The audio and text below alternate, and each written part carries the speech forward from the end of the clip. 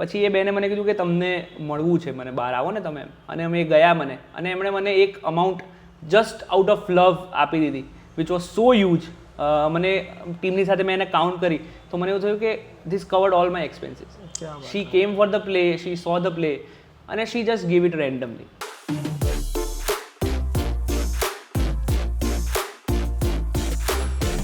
Hi, welcome Aditya Bhai to our special episode of Baatcheet. So today we have Aditya Bhai જે એક theatre artist છે અને જેમને એક ફિલ્મ બનાવી છે વેલ્ડન સીએ સાહેબ, વેલ્ડન સીએ સાહબ. હિન્દીમાં સાહબ, ગુજરાતીમાં સાહેબ, સાહેબ. જે પણ ચાલે.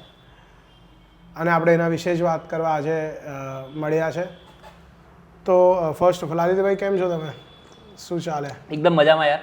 હું હમણાં જ આવ્યો મુંબઈથી એક દિવસ પહેલાં અને સીધો અહીંયા બરોડા આવ્યો અને મજા પડી મને. ઠંડી બહુ વધારે છે મુંબઈથી, તમે આવો એટલે ત્યાંથી બેસો એટલે ગરમીમાં બેસો, અને જેવું સુરત ને બરોડા ક્રોસ થાય અમદાવાદ તરફ એટલે તમને અદ્ભુત ઠંડી લાગે. અને આજે અમદાવાદથી અહીંયા આવતા મને અદ્ભુત ઠંડી લાગી, પણ મજા આવી યાર. ફિલ્મ વિશે પહેલી વાર હું કોઈ પોડકાસ્ટમાં જઈ રહ્યો છું જે તમારી સાથે પહેલી વખત જ ફિલ્મ વિશે વાત થઈ રહી છે. તો આઈ એમ એક્સાઇટેડ અને મજા કરીશું, મજાથી વાત કરીશું. સો તમે આટલા બધા ટાઈમથી થિયેટરમાં છો, તમે બહુ બધા પ્લેસ કર્યા છે, અલગ અલગ સિટીઝમાં કર્યા, તમે ટીચિંગમાં બી છો. બિલકુલ બિલકુલ, થિયેટર ટીચિંગ અને એકેડેમિક્સ બોથ. યસ. સો તમે એન્ટર કઈ રીતે થયા થિયેટરમાં? થિયેટરમાં મારી શરૂઆત થઈ હતી જ્યારે હું સીએ કરતો હતો ત્યારથી.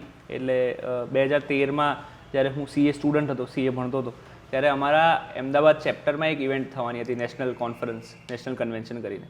અને એ લોકોએ એ શેડ્યુલમાં નાટક અનાઉન્સ કરી દીધું કે કલ્ચરલ ઇવનિંગના ભાગરૂપે નાટક થશે. અને જે હું દરેક જગ્યાએ કહું છું અને અત્યારે પણ કહું છું કે નાટકમાં એક સતત પ્રોબ્લેમ છે કે નાટકમાં પાર્ટિસિપેશન ન મળે. નાટક, ઘણા લોકોને નાટક કરવાનો નથી રસ હોતો, આઈ ડોન્ટ નો કેમ, પણ એ નાટકમાં ઓછો રસ હોય છે એ લોકોને. અને અમારી ઇવેન્ટ સાથે પણ એવું જ થયું કે અનાઉન્સ થઈ ગયું પણ પાર્ટિસિપેશન ન મળ્યું. કોઈને એટલો બધો રસ હતો નહીં નાટકમાં, ખબર નહીં કેમ. પણ એટલે એવું થયું કે હવે હું વોલેન્ટિયરિંગ કમિટીમાં હતો એટલે હવે કરવું તો પડશે જ, કારણ કે એ હતું આઈ થિંક 2013માં, અને મોદી સાહેબ વોઝ ધ ચીફ મિનિસ્ટર, તો ત્યારે એ ગેસ્ટ તરીકે આવવાના હતા. અને એવું હતું કે હવે નાટક અનાઉન્સ થઈ ગયું છે, કરવું તો પડશે જ, કોઈ સવાલ નથી. એટલે અમે જે વોલેન્ટિયર્સ હતા એ બધાએ ભેગા મળીને બહારથી એક મેન્ટર ફેકલ્ટી આવેલા વિશાલ શાહ કરીને, એ પણ એ વખતે સીએ કરતા હતા, તો એ આવ્યા, એમણે શીખવાડ્યું. અને this is where the first time I had the experience of going on stage. અને નાટક પેલું શું કહેવાય, પેલું કહેવાય ને વાઘને લોહી ચાખવા જેવું થયું એમ. અને મને ખબર પડી કે યાર આ તો કેટલી સુંદર વસ્તુ છે, નાટક જેવી તો કોઈ અદ્ભુત વસ્તુ નથી. સો ત્યારથી નાટક કરવાનું શરૂ થયું, નાટક શીખવાનું શરૂ થયું, નાટક લખવાના ચાલુ કર્યા, અને સીએની ડિગ્રી ચાલતી રહી જોડે ને જોડે. સો મારું નાટક કરવાનું કારણ એક મારી ડિગ્રી પણ છે, કારણ કે હું સીએ ન કરતો હોત તો કદાચ નાટકોની દુનિયા જોડે મારો પરિચય ન થયો હોત. તો એ 2013થી લઈને અત્યાર સુધી નાટક કર્યા, ઘણા બધા નાટકો લખ્યા, ડિરેક્ટ કર્યા, અને સીએ પણ બન્યું. એટલે મારા માટે થિયેટર અને સીએ બંને જોડે જ ચાલી રહ્યું છે શરૂઆતથી લઈને.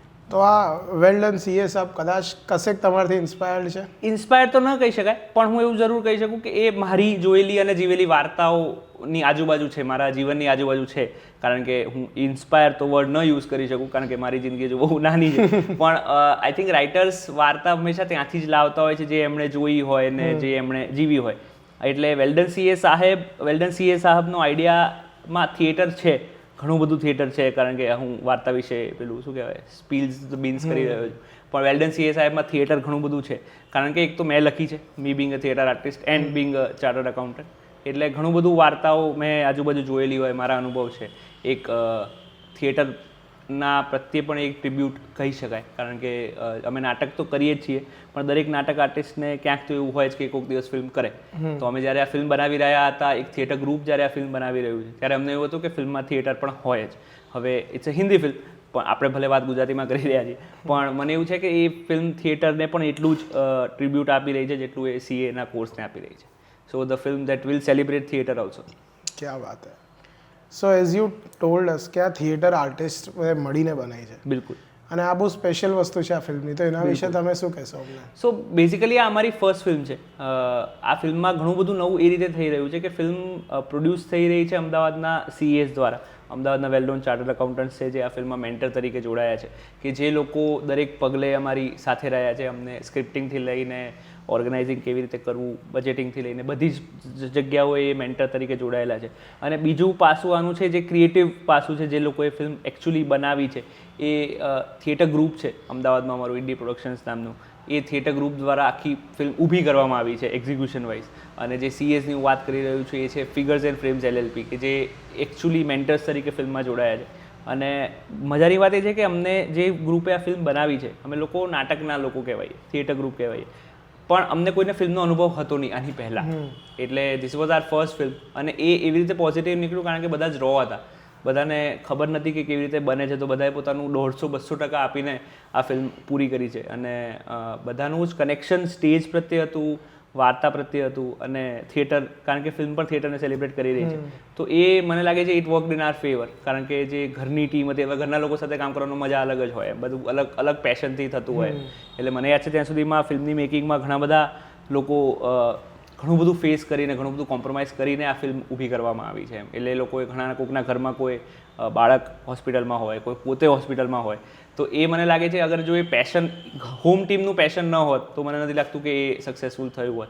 સો ક્રિએટિવલી તો ક્યાંય ન જ નડ્યું, એક્સપિરિયન્સ વાઇઝ ન નડ્યું ક્યાંય, પણ મને લાગે છે કે એ કારણ કે ઘરની ટીમ હતી, કારણ કે થિયેટરથી જોડાયેલા લોકો ફિલ્મ બનાવી રહ્યા હતા, એટલે મને લાગે છે એક જુદા જ પ્રકારના ઉત્સાહ સાથે અમે લોકોએ બનાવી. અને એની પહેલાં ફર્સ્ટ ફિલ્મ હતી બધાની જ, એટલે પેલું કેવું નાનું બાળક રો હોય તો કેટલી બધી એનર્જી નાખી દે એમ, કારણ કે એને ખબર નથી કે ઓકે આમાં આટલી જરૂર છે કે નહીં એમ. તો અમે બહુ જ એનર્જી નાખીને અજાણતાપણે બહુ જ સરસ ફિલ્મ બનાવી એવું હાલના તબક્કે મને લાગી રહ્યું. તો તમે જ્યારે કીધું કે ફર્સ્ટ ટાઈમ બધા કરી રહ્યા હતા, હા, તો જ્યારે તમે ફર્સ્ટ ટાઈમ કરતા હો તો ચેલેન્જીસ બી બહુ બધા આવે. અદ્ભુત. તો તમે કયા કયા ચેલેન્જીસ ફેસ કર્યા અને તમે એમને કેમને ઓવરકમ કર્યા? એટલે ફિલ્મમાં ક્રિએટિવલી ચેલેન્જીસ માટે તો અમે લોકો પ્રિપેર્ડ હતા. એટલે અમને ફીચર ફિલ્મ તરીકેનો અનુભવ નહોતો, પણ અમને 100% કેમેરાનો અનુભવ હતો. ક્યાંકનું ક્યાંક કોઈક રીતે અસિસ્ટ કરેલું હતું, કોઈકે એક્ટિંગ તરીકે કરેલું હતું, કોઈકે મેં ફોર એક્ઝામ્પલ એડ્સને ડિરેક્ટ કરેલી હતી અને નાટકના ડિરેક્શનનો અનુભવ હતો. તો અમને એવા અનુભવ હતા.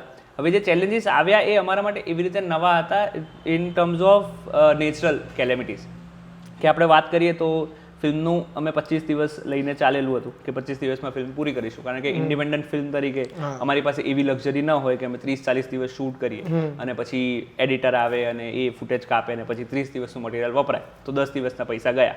એટલે અમારી પાસે એવી લક્ઝરી નથી. સો આ ફિલ્મના ડિરેક્ટર જે છે સર્વેશ કુમાર સિંહ, એ પોતે ડિરેક્ટર અને એડિટર જ છે. તો અમને પેલી રીતે પ્રી પ્રોડક્શનથી પહેલા દિવસથી ખબર હતી કે અમે આટલું જ શૂટ કરીશું, આટલું જ વપરાશે. સો અને અમે એ જ કર્યું, 25 દિવસમાં શૂટ પૂરું કર્યું. હવે શૂટમાં ઘણું બધું એવું આવ્યું કે જેના માટે અમે લોકો રેડી નહોતા. હું તમને એક એક્ઝામ્પલ આપું તો ફિલ્મમાં one of the lead is Gaurav Paswala, જે ગુજરાતી ઇન્ડસ્ટ્રીના સરસ એક્ટર છે, હિન્દી પણ ઘણું બધું કરે છે.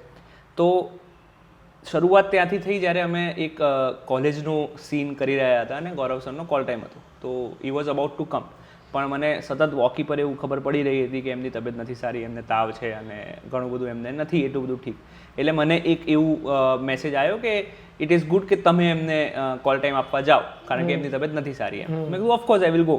અને હું ત્યાં ગયો એમને બેઝમેન્ટમાં લેવા, અને આઈ સો કે એમને લિટરલી પેલું સોયથી ગ્લુકોઝ ચડી રહ્યું છે એમ. એ લિટરલી ત્યાં પાઇપ ઉપર હતા અને એમને સિરિન્જથી બ્લડ પેલું કંઈક તો શું કહેવાય, એમને હિમોગ્લોબિન બહુ લો થઈ ગયું હતું, તો એમને એના બાટલા ચડી રહ્યા હતા. અને મેં ત્યાં જઈને કીધું અરે આટલું ખરાબ છે તો કેમ આપણે કરી દઈએ છીએ, can call off the shoot એમ, આપણે પછી કરીશું. અને એમનો પહેલો શબ્દ એ હતો કે અચ્છા રેડી છે શોટ, ચલો હું ચડું. અને લિટરલી એ સોય કાઢીને હી હેઝ કેમ on the set to give me the shoot. હવે આ વખતે આ ઘટના થઈ ત્યારે અમને એવું લાગતું હતું કે ઓકે આ વ્યક્તિનું ડેડિકેશન છે બહુ સરસ, કે જેના લીધે આ થઈ શકે છે. પણ પછી થયું એવું કે it was not a normal fever, it was a swine flu. અમે એમનું ટેસ્ટ કરાવ્યું ત્યારે અમને ખબર પડી કે it was a swine flu. અને એ દિવસનું શૂટ પૂરું કર્યું અને હી ટેસ્ટેડ પોઝિટિવ અને he has to admitted into the hospital. હવે અમે આ વાત કરી રહ્યા છીએ 6થા દિવસની. જ્યારે અમે શૂટના 6થા દિવસ ઉપર છીએ ત્યારે અમને ખબર પડે છે કે અમારો lead actor, one of the lead actors Gaurav પાસવાલાને સ્વાઇન ફ્લૂ છે. અને કારણ કે સ્વાઇન ફ્લૂ હતું એટલે અમને એવું હતું કે અરે યાર આ તો ફેલાશે બધાની વચ્ચે, યુનિટમાં બધાને થશે. એટલે અમે લોકોએ ટેસ્ટ કરાવ્યા બધાના. તો એમાંથી બીજા 2 લીડ એક્ટર્સને પણ સ્વાઇન ફ્લૂ પોઝિટિવ નીકળ્યા. સો અમે 5 લીડ એક્ટર્સ સાથે ફિલ્મ બનાવવા નીકળેલા અને એમાંથી 3 લીડ એક્ટર્સને સ્વાઇન ફ્લૂ પોઝિટિવ હતો 6થા જ દિવસે. અને બધાને જેવું થયું કે અરે યાર આ તો ભરાઈ ગયા. સો બેઝિકલી એ 2 દિવસ પછી અમારે શૂટ બંધ રાખવું પડ્યું, કારણ કે અમને એવું થયું કે યાર આ તો નહીં પહોંચી વળાય એમ. કારણ કે એ મને યાદ છે ક્યાંય કશું જ કોઈ જ માહોલ નહોતો ને મતલબ કે અમારા સેટ ઉપર જ સ્વાઇન ફ્લૂ થઈ રહ્યો છે. એટલે મને પેલું લોકડાઉન ને એ બધું યાદ આવી ગયું યાર, કે બધા ટેસ્ટ થઈ રહ્યા છે, માસ્ક પાછા આવી ગયા છે. તમે આગળના BTS જોશો તો અમે બધા માસ્કમાં દેખાઈશું એમ. તો જે લોકો ત્યારે મુકાતું હતું ત્યારે એ લોકો શેર બી કરતા હતા કે અરે આ લોકો કેમ માસ્ક પહેરીને ફરે. સો એ ચેલેન્જીસના it was nothing that is planned એમ. અમને ખબર નથી કે યાર આનું શું કરવું એમ. એટલે છઠ્ઠા દિવસે મને હજુ પણ ક્લિયરલી યાદ છે અમારા એચઓડી સાથે પ્રોડક્શન સાથે મિટિંગ થઈ હતી કે હવે શું કરવું છે આ પિક્ચર હવે તો કેવી રીતે પૂરી કરીશું. અને ઇન્ડિપેન્ડન્ટ ફિલ્મ સાથે એક પ્રોબ્લેમ એવો હોય છે, પ્રોબ્લેમની એક લિમિટેશન કહી શકાય કે આપણે એવી રીતે ન કરી શકીએ કે ચલો એક્ટર બીમાર પડ્યું છે તો ચલો આરામ કરીએ, બંધ કરી દઈએ, થોડો સમય બંધ રાખીએ. કારણ કે ઇન્ડિપેન્ડન્ટ ફિલ્મમાં એક દિવસની હું વાત કરું, અગર આંકડા સાથે વાત કરું તો એક દિવસ ઇટ્સ બેઝિકલી 7-8 લાખ રૂપિયા મિનિમમ. હવે હું 4 દિવસ બંધ રાખું એટલે પતી ગયું, પિક્ચરનું 1/4 of the budget is gone. So અમારે એ જ હતું કે હવે કેવી રીતે શૂટ કરીશું એમ. તો અમે ડિસાઇડ કર્યું કે ના 2 દિવસ તો રજા રાખવી જ પડશે. આખા યુનિટનો ટેસ્ટ કરાવે, એમાં બીજા 10-12 ક્રૂવાળા લોકો પણ સ્વાઇન ફ્લૂ પોઝિટિવ નીકળ્યા. પણ સ્વાઇન ફ્લૂમાં એક વસ્તુ એવી છે કે એ એટલું સિવિયર નહોતું. સો ગૌરવભાઈ વોઝ એડમિટેડ, ગૌરવભાઈ વોઝ એડમિટેડ, એમને બહુ જ સિરિયસ હતું, હી વોઝ ઇન હોસ્પિટલ. પણ બાકીના બંને એક્ટર્સ હોટેલ ક્વોરન્ટાઇનમાં અને બાકીના ક્રૂ મેમ્બર્સ બધા ક્વોરન્ટાઇનમાંથી થઈને ઊભા થઈ ગયા. તો મજાની વાત એ છે કે અમે પ્લાન એવું કર્યું હતું, બધું ટીપ ટુ ટીપ પ્લાન કર્યું હતું કે 25 દિવસમાં આ કરીશું, ત્રીજા દિવસે આ, ચોથા દિવસે આ, એ બધું ફરી ગયું. સો છઠ્ઠા દિવસે અમને એવું છે કે ફિલ્મ બંધ કરવી પડશે. અને એક ટફ ડિસિઝન એવું લીધું કે ફિલ્મ બંધ તો નહીં કરી શકાય, કારણ કે મુંબઈથી આખું ક્રૂ 100-150 લોકોનું અહીંયા આવીને હોટલમાં રહેતું હતું. અને એવું હતું કે હવે જો આ લોકો અહીંયાથી પાછા જતા રહેશે તો આ ફરીથી આ માહોલ નહીં બને. મેં જેમ આગળ વાત કરી કે આખું માહોલની મજા હતી, કારણ કે બધા સ્પિરિટથી જોડાયેલા હતા કે આપણે ફિલ્મ બનાવી રહ્યા છીએ. એટલે એવું હતું કે જો અહીંયાથી આ પડી જશે તો એ ફરીથી ઊભું નહીં થાય. તો અમે નક્કી એવું કર્યું કે આ 2 દિવસ રજા રાખીએ. ત્રીજા દિવસે 9મા દિવસે એવા કોઈ સીનથી શરૂ કરીએ જે એમાં 3માંથી કોઈ જ જરૂર ન હોય. તો એમાં ફિલ્મના બીજા લીડ એક્ટર્સ છે ગોપાલ દત્ત અને નિશ્મા સોની. તો એ બંનેના સીન્સથી અમે પાછું શરૂ કર્યું. પછી 10મા દિવસે ગૌરવભાઈ જે પહેલા દિવસથી આઉટ હતા એ ઇન થયા. પછી શયનદીપ સેન ગુપ્તા બીજા ઇન થયા અને પછી જ્યોતિ કપૂર ઇન થયા. તો પેલું ચેસમાં કેવું હોય કે યાર અત્યારે આ બીમાર છે તો આના વગર કરી લઈએ, આ બીમાર છે તો આના વગર કરી લઈએ. એવું કરીને અમે 9મા 10મા દિવસ સુધી આવ્યા અને 11મા દિવસે અમે પાછા થોડાક સેટલ ડાઉન થયા અને ત્યાં આગળ ગયા. ત્યાં અમને ખબર પડે છે કે અમારો કોઈ લાઇટમેન લક્ષ્મણભાઈ કરીને છે એ 1st ફ્લોર ઉપરથી પડી ગયા છે અને એમને પગે બહુ ઓપરેશન આવ્યું છે. કોઈ સ્પોટ બોય છે જેને પેરાલિસિસનો અટેક આવ્યો છે.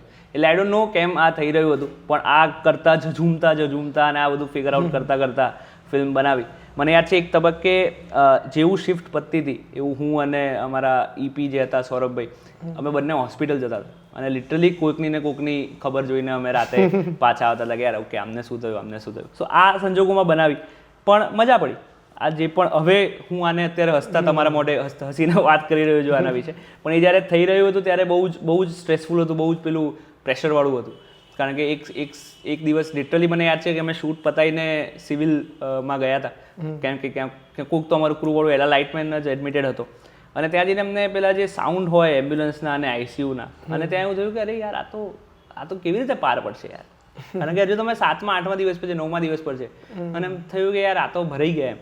સો પણ પછી હિંમત કરીને ત્યાંથી નીકળ્યા, એક જણ બહાર આવ્યું, પછી શૂટ પૂરું થયું. પણ અને આ બધાની વચ્ચે વાત એ હતી કે ફિલ્મ તો બની જ રહી હતી. ફિલ્મ તો બને જ છે. એટલે એવું નથી કે અમે એ 13 કલાકમાં આના લીધે ફિલ્મ પરથી ફોકસ હટાવી શકીએ કે ફિલ્મ પરથી ક્રિએટિવિટી દૂર કરી શકીએ. એ તો સ્કોપ હતો જ નહીં, કારણ કે ફિલ્મ તો સરસ જ કહેવાની હતી, વાત તો સરસ જ બનાવવાની હતી. એટલે પછી ફિગર આઉટ કર્યું. પછી મને નથી યાદ કે 13મા 14મા દિવસ પછી કેવી રીતે બધું થયું. એક તો કોઈક પેલું કહેવાય ને સ્પિરિચ્યુઅલ થિંગ હેડ કવર્ડ અસ, એના પછી અને પછી બધું સ્મૂથ ચાલતું ગયું. અને મને પછી જ્યારે આ ફરી રિયલાઇઝ થયું કે ઓકે આટલા બધા પ્રોબ્લેમ્સ આવે છે, ત્યારે વી વર એટ ધ 23rd ડે. અને પછી એવું હતું કે ઓકે યાર હવે આટલું બધું કર્યું છે તો 24મા દિવસે કંઈક તો કરી જ લઈશું એમ. અને ત્યારે પણ કોઈક આર્ટવાળાને વાગ્યું માથે, એને બી લોહી નીકળ્યું. તો પછી તો અમે આવું નાનું જોઈને તો અમે કંઈ બહુ પેલું એ કરતા નહોતા એમ. તો કે હા ઓકે ચલો અમારી પાસે છે એવા રિસોર્સિસ. પણ પણ એટલે એવું કહેવાય છે ને કે જો તમે કોઈક બહુ સારી વસ્તુ બનાવતા હો તો તમારી બાયોગ્રાફી માટે બી કંઈ જોઈએ ને. એવું હું તો નહીં કહી શકું, કેમ કે એટલો બધો કોન્ફિડન્સ હજુ નથી આવ્યો. પણ હું એવું જરૂર કહી શકીશ કે આ પિક્ચર માટે લોકો કહે ને કે આમ ખૂન પસીના દિયા એમ, તો ખરેખર આપ્યું છે એમ, લિટરલ સેન્સમાં લોકોએ લોહી પાડ્યું છે. યસ. અને મને યાદ છે અમે પેલું બ્લડ પ્રેશર માપતા રહેતા હતા હંમેશા એમ. તો 110 120 એવું જ ચાલે એમ. રાતે અમે શૂટ પતાવીને પેલું ના જોઈએ કે કેટલા વાગે ઘરે જવા, સ્માર્ટ વોચ લગાવીને પ્રેશર માપી. પણ ઇટ વોઝ ફન. હવે ઓફકોર્સ સારું છે, મજાની વાત એ છે કે હવે એને જોઈને હસવું આવે છે. પણ એ દિવસ એ સમય બહુ સ્ટ્રેસફુલ હતો. ત્યારે એવું છે, ત્યારે મને યાદ છે આપણે ક્યાંય બી ફસાઈએ તો જ્યાં આવ્યા હોઈએ એ વસ્તુને રિગ્રેટ કરીએ તો ત્યારે આ જ રિગ્રેટ કરતા હતા કે આ ખોટું હાથમાં લઈ લીધું એમાં તો ફસાયા. તો તમે બહુ બધા પ્લેસ બી લખ્યા છે. બિલકુલ. You have directed place as well અને તમે ફિલ્મ લખી. તો રાઇટિંગ પ્રોસેસ કેટલો અલગ હોય છે આમાં? ઉત્તર દક્ષિણ છે યાર, કોઈ સમાનતા જ નથી એના વિશે, એક્સેપ્ટ ખાલી એક જ સમાનતા છે કે ઇમોશન્સ બેઉમાં છે. ધારો કે નાટક હું લખું જ ત્યારે પણ એ હું એક ઇમોશન વેચી રહ્યો છું, હું તમને એક ઇમોશનલ એક્સપિરિયન્સ કરાવી રહ્યો છું, એ ત્યારે સ્ટેજ ઉપર છે. ફિલ્મમાં એ જ વસ્તુ છે, ઇમોશન છે, પણ બંનેના ગ્રામર બહુ અલગ છે, બંનેની લખવાની પદ્ધતિ બહુ અલગ છે, બંનેમાં શું વર્ક કરે શું ન કરે એ બહુ અલગ છે.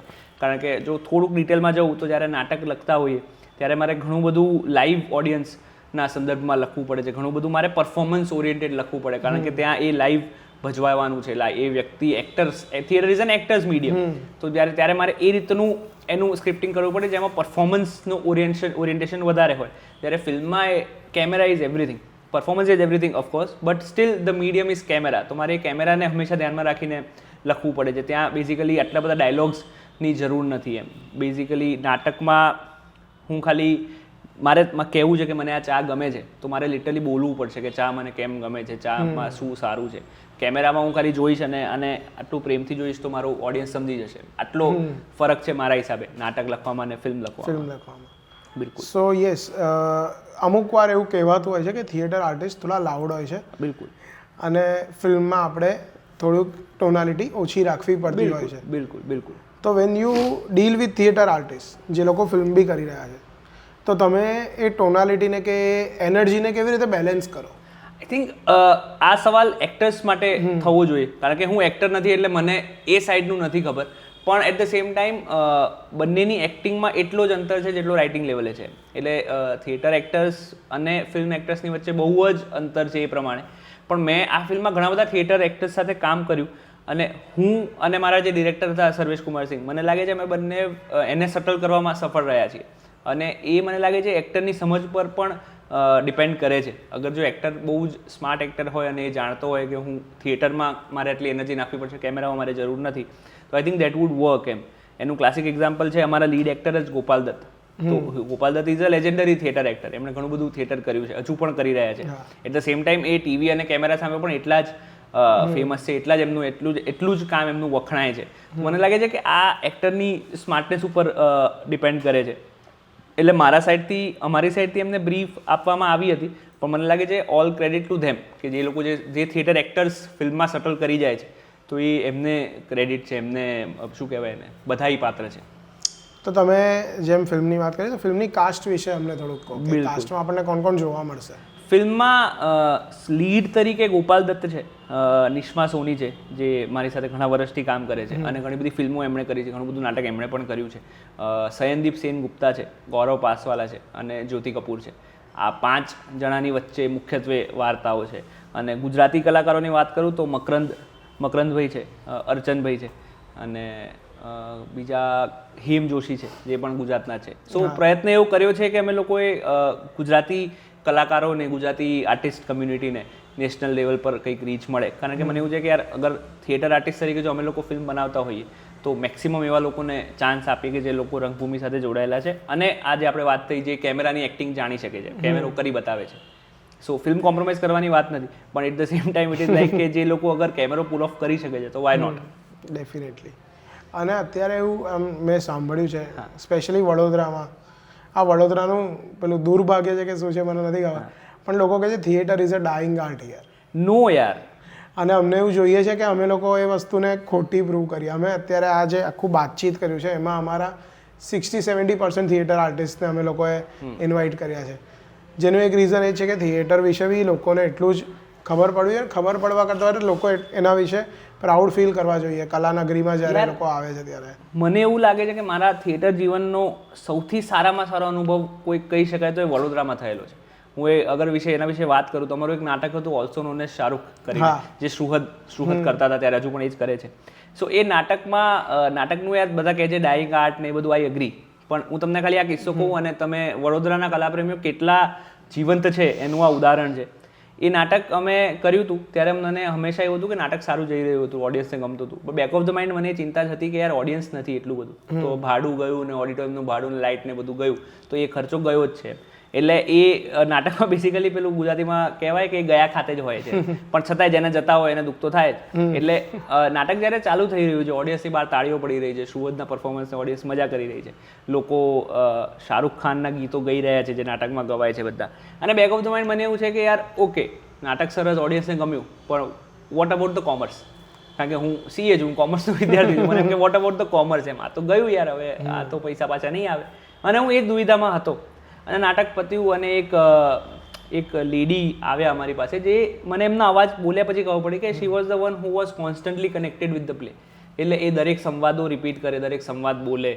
અને એ આવ્યા અને મને હજુ પણ યાદ છે, એ મને એવું નાટક વિશે કહીને ગયા કે જે અમે મેકિંગ પ્રોસેસમાં કર્યું હોય.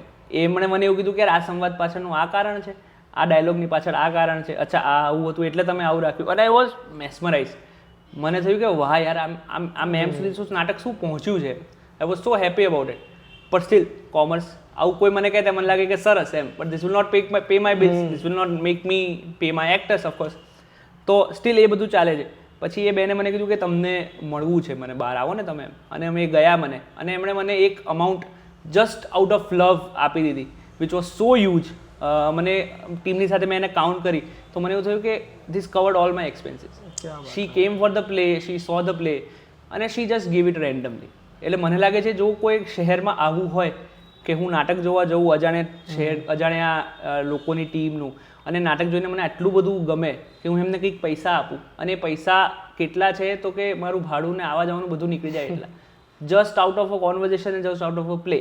એટલે જો મને લાગે છે કોઈ શહેરમાં આવું થતું હોય તો એ શહેર તો કલાને બહુ જ પ્રેમ કરતું હશે. સ્પેશિયલી મારી, કારણ કે હું રંગમંચની વાત કરું છું, એટલે રંગમંચની કલાને તો એ બહુ જ પ્રેમ કરતું હશે. મને એવું એ એક્ઝેક્ટલી યાદ છે કે એમણે જે કવરમાં આપ્યા હતા પૈસા, એ કવર મેં મારી ટીમને ભેગી કરી અને મેં કીધું કે યાર જો આ કવર છે અને આમાંથી આ આંટીએ આપણને પૈસા આપ્યા છે, મને નથી ખબર કેટલા છે, હું તમારી સાથે ગણી રહ્યો છું તમારી સામે, અને everyone felt the same.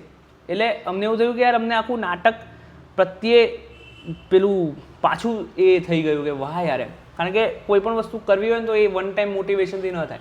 You need to have this constant motivations કે ક્યારેક તમને, મને પણ એવું થાય કે યાર આજ શું નાટક કરીએ છીએ, પણ ત્યારે કંઈક આવું થાય ને આપણે પાછા સ્ટેજ ઉપર આવી જઈએ. So that was that moment for all of us. અમને એવું થયું કે વાહ યાર.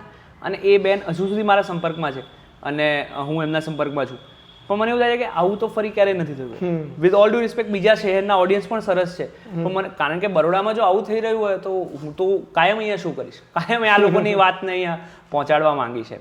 સો this was a huge thing for us. So theatre is a dying art? No. Theatre is an art which I think is less experienced because of its own limitations. પણ મને લાગે છે એ ડાઇંગ આર્ટ તો યાર મેં ચાલુ કર્યું ત્યારે પણ લોકો કહેતા હતા, મારા સાહેબે ચાલુ કર્યું ત્યારે પણ લોકો એમને કહે છે. આઈ થિંક ફ્યુચર જનરેશન પણ એવું જ કહેતી હશે, કહેશે કે ડાઇંગ આર્ટ, પણ I think it will never die. કારણ કે એ એક એક્સપિરિયન્સ વેચી રહ્યું છે અત્યારે, એ હ્યુમન એક્સપિરિયન્સ જે મિસિંગ છે એ જ વેચી રહ્યું છે. So theatre will never go away. I think Baroda માટે પણ, વડોદરા માટે પણ હું કહીશ કે બહુ જ કલાની નગરી છે, એ વાત 100% સાચી છે. કારણ કે આવો એક્સપિરિયન્સ તો બીજે ક્યાંય નથી થયો મને હજુ સુધી. સો યાર તમે કરો યાર, થિયેટર વધારે ને વધારે કરો. આઈ થિંક ઘણી બધી ઓડિયન્સ અહીંયા છે ઓલરેડી. તો નવા સબ્જેક્ટ્સ લખવું અને એને ઇમ્પ્લિમેન્ટ કરવું એ કેટલું ઇમ્પોર્ટન્ટ હોય છે થિયેટરમાં બી ને ફિલ્મ્સમાં બી, કેમ કે તમે આટલા બધા પ્લેસ જે કર્યા છે એમાં તમારા સબ્જેક્ટ્સ દર વખતે યુનિક હોય છે, આમ રેગ્યુલર સબ્જેક્ટ્સ નથી હોતા. તો આ સબ્જેક્ટ્સ અલગ અલગ ચૂઝ કરવું એ કેટલું ઇમ્પોર્ટન્ટ હોય? એ બહુ ઇમ્પોર્ટન્ટ એટલા માટે છે કારણ કે હું જે સ્કૂલ ઓફ થોટને બિલોંગ કરું છું, I believe story is everything, I believe script is everything. કારણ કે મને લાગે છે કે વાર્તા સિવાય તો કશું છે નહીં જીવનમાં, કે આપણે બધા કોઈને કોઈ વાર્તાથી જ જોડાયેલા છીએ. વાર્તા કહેવામાં જે મજા આવે એ બીજી એકેમાં નથી એમ. એટલે એ સબ્જેક્ટ ઇનોવેટિવ હોવા બહુ જરૂરી છે, એ સબ્જેક્ટ નવા હોવા બહુ જરૂરી છે, ફિલ્મમાં હોય કે ગમે ત્યાં હોય. કારણ કે હું એવું માનું છું કે લેખકનું કામ કોઈ પણ પીસ ઓફ આર્ટમાં સૌથી મૂળમાં એ જ હોય છે, એ નાટક હોય કે ફિલ્મ હોય કે કંઈ પણ હોય.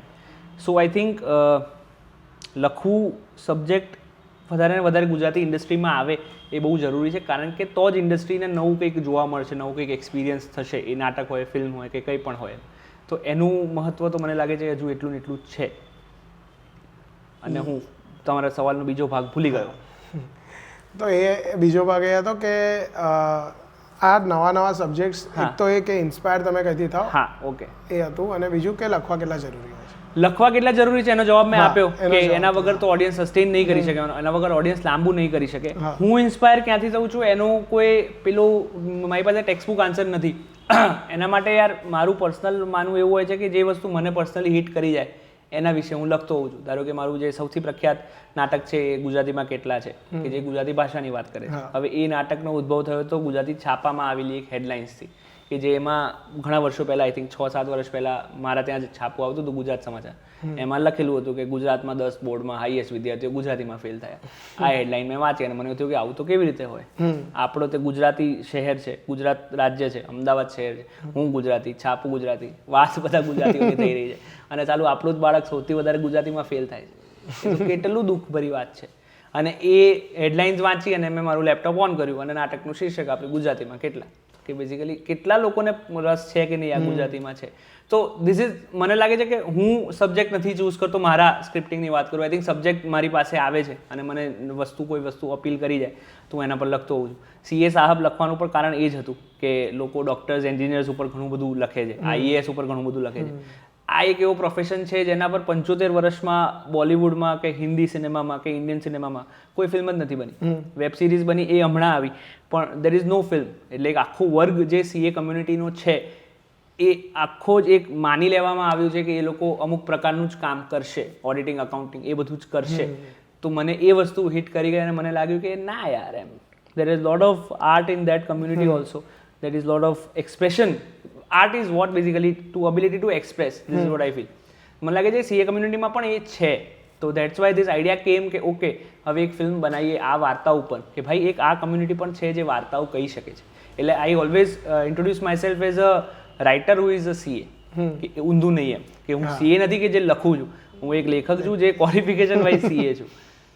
સો lastly when you make this a film like this, કે તમે આ લેવલ પર આવ્યા, તો અમુક લોકો હોય જે તમારા બેકબોન્સ હોય, જેને તમે થેન્ક યુ કહેવા માંગતા હો, તો થ્રુ આર મીડિયમ એવા કયા લોકો છે જે તમારા બેકબોન રહ્યા છે right from the start of your career કે યોર પ્રોજેક્ટ ટિલ નાઉ? યાર ઘણા બધા લોકો છે એવા તો. એટલે સૌથી પહેલાં જો હું ખાલી ફિલ્મ સંદર્ભે વાત કરું તો જે આ જે એન્ટિટી છે ફિગર્સ એન્ડ ફ્રેમ્સ LLP, એના તમામ મેન્ટર્સ પલક પાવાગઢી, હરીત ધારીવાલ, વિકાસ જૈન, રાજેન્દ્ર નાગર, મનન, પાર્થ, મારા મિત્રો છે અમુક, મુકેશભાઈ, એટલે બહુ જ બધા લોકો છે, ધીરજ.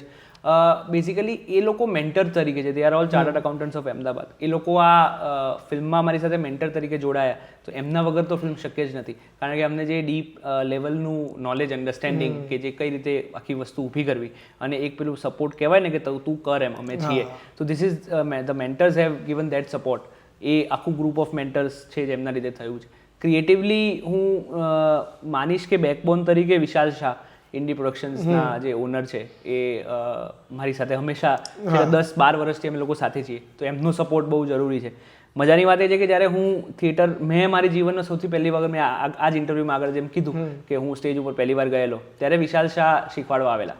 ત્યારે એ એમના જીવનનું પહેલું નાટક હતું કે જ્યારે એ ડિરેક્ટ કરાવી રહ્યા હતા સીએ છોડ્યા પછી, અને હું ત્યારે વિદ્યાર્થી હતો, સીએ કરતો હતો.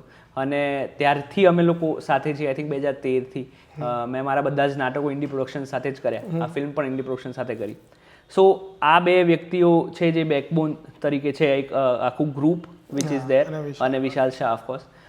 એ સિવાય ફિલ્મ મેકિંગમાં મને લાગે છે બેકબોન તરીકે તો family plays a major role.